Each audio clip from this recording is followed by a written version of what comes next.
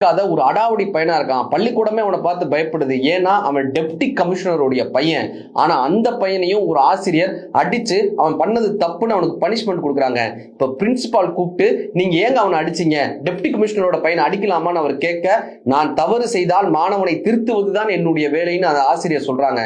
நான் செய்வது தவறாக இருந்தால் நான் இந்த வேலையை விட்டு போகிறேன்னு அந்த ஆசிரியர் சொல்றாங்க. பேரண்ட்ஸ் டீச்சர் மீட்டிங் முடிஞ்சோடனே நீங்க கிளம்புங்கன்னு பிரின்சிபால் சொல்ல பேரண்ட்ஸ் டீச்சர் மீட்டிங் நடக்குது.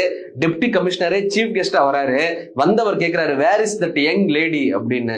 அவங்க தாங்க உங்க மகனை அடிச்சதுன்னு எல்லாரும் சொல்றாங்க. அவர் போய் அந்த ஆசிரியர் முன்னால் நின்று தனது தொப்பியை கழட்டிட்டு சொன்னாராம், என்னுடைய மகன் என்னுடைய பேச்சே கேட்க மாட்டான், வீட்லயே இதே மாதிரி அடாவடித்தனம் பண்றான், வீட்லயே யார் பேச்சையும் கேட்காத ஒழுக்கம் இல்லாதவனாக இருந்தான், யாருக்கும் பயப்படாமல் இருந்தான், ஆனால் அவன் உங்களுக்கு பயப்படுகிறான்.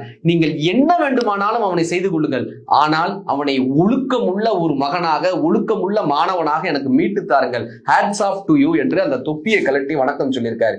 சொன்னது மட்டுமல்லாமல் மற்ற ஆசிரியர்களிடம் சொன்னாராம், ஆசிரியரின் கைகளுக்கு, ஆசிரியர்களின் பிரம்புகளுக்கு வேலை இல்லாமல் போனால் போலீசின் கைகளுக்கும் போலீசின் பிரம்புகளுக்கும் வேலை அதிகமாகும்னு சொல்லிட்டு போனாராம்.